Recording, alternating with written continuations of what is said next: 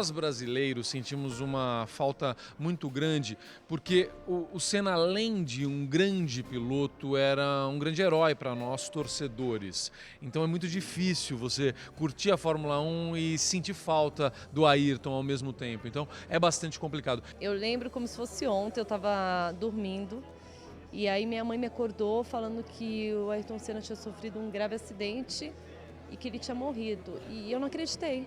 Eu falei, não mãe, para de brincadeira. Aí eu lembro que eu dei um pulo da cama e aquilo me marcou bastante porque eu sempre acompanhava, era um grande ídolo, uma pessoa maravilhosa e a gente sempre ficava naquela torcida. Então foi um dia marcante porque, claro, né, é uma notícia que ninguém gostaria de dar. O Ayrton representou e representa até hoje superação, força de vontade, perfeccionismo. E eu não vou esquecer desse dia, embora seja um dia que todos nós gostaríamos de esquecer ou que não tivesse acontecido.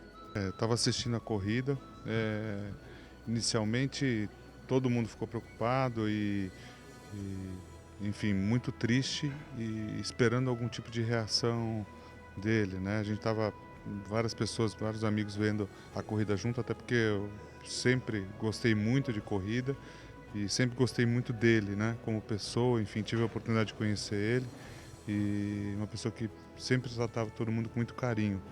Então, assim, uma coisa que marcou realmente a minha vida, né? E fiquei muito triste, com certeza, como todos os brasileiros. Eu estava na escola, estava tendo uma atividade extracurricular naquele dia e, de repente, a escola parou e todos foram para a sala dos professores, que era uma sala muito grande, que eu lembro, cabiam muitos alunos, e eles baixaram o telão e a gente ficou acompanhando pela televisão o que realmente aconteceu, quais eram as expectativas. Eu recebi a notícia pela televisão, eu vi o acidente, eu vi a equipe de socorristas socorrendo o Ayrton Senna e eu fiquei muito triste porque eu tinha amizade com ele, ele ia várias vezes no meu programa, naquela época eu fazia o Circuito Night and Day, inclusive o programa era aqui da Rede Record Televisão e ele sempre estava no meu programa, cobria as noites, as baladas e sempre que ele estava comigo a gente conversava, então eu fiquei muito triste. Eu era repórter da TV Globo, estava de folga naquele dia e levantei cedo porque ia jogar uma partida de futebol. Time de futebol de campo e tal.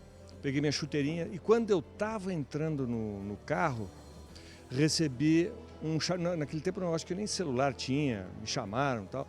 Olha, pessoal da Globo ligando, reportagem, porque tinha acontecido isso. Então toda a equipe foi mobilizada e aí eu fui para a fazenda deles, se não me engano em Tatuí, né? Fui lá para a fazenda do Ayrton e todos nós indo para esses endereços, a gente não sabia se ele ia sobreviver ou tinha morrido. Eu me lembro que eu cheguei lá em Tatuí e ele não tinha sido anunciado oficialmente ainda que o Ayrton tinha morrido. A princípio, nós não sabíamos se ele realmente estava morto ou não, ou tinha morrido ou não.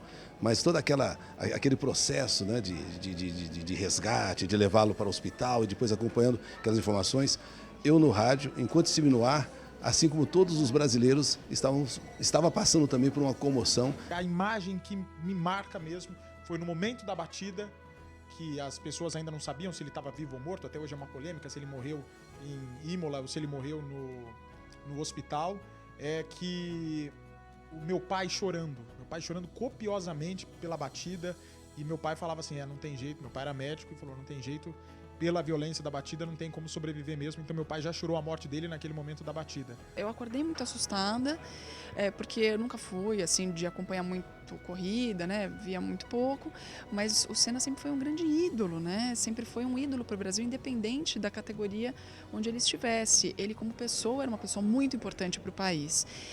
Era como se realmente a gente tivesse perdido uma pessoa da família. Ficou uma grande saudade. E aquele dia, 1º de maio, um dia que eu não esqueço jamais. Foi uma grande perda, né?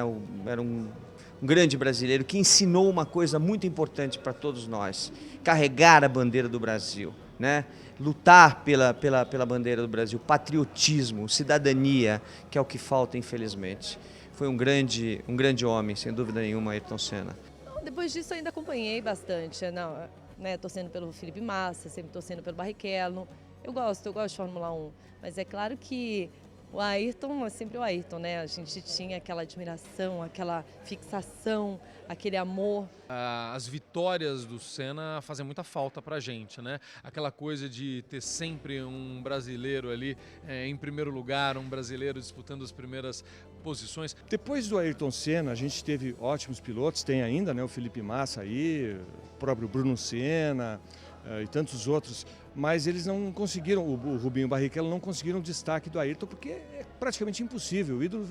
O Ayrton é tricampeão, conseguiu marcas incríveis, por isso ele é único. A gente espera, sem dúvida nenhuma, que a gente faça um grande campeão como a gente fez o Ayrton Senna. Eu acompanhava mais porque o meu pai sempre estava vendo as corridas, né? Mas depois que o Brasil perdeu o Ayrton, difícil, nunca mais foi a mesma coisa. O brasileiro parava para ver o Ayrton Senna, né, como grande ídolo, que sempre foi e continua sendo.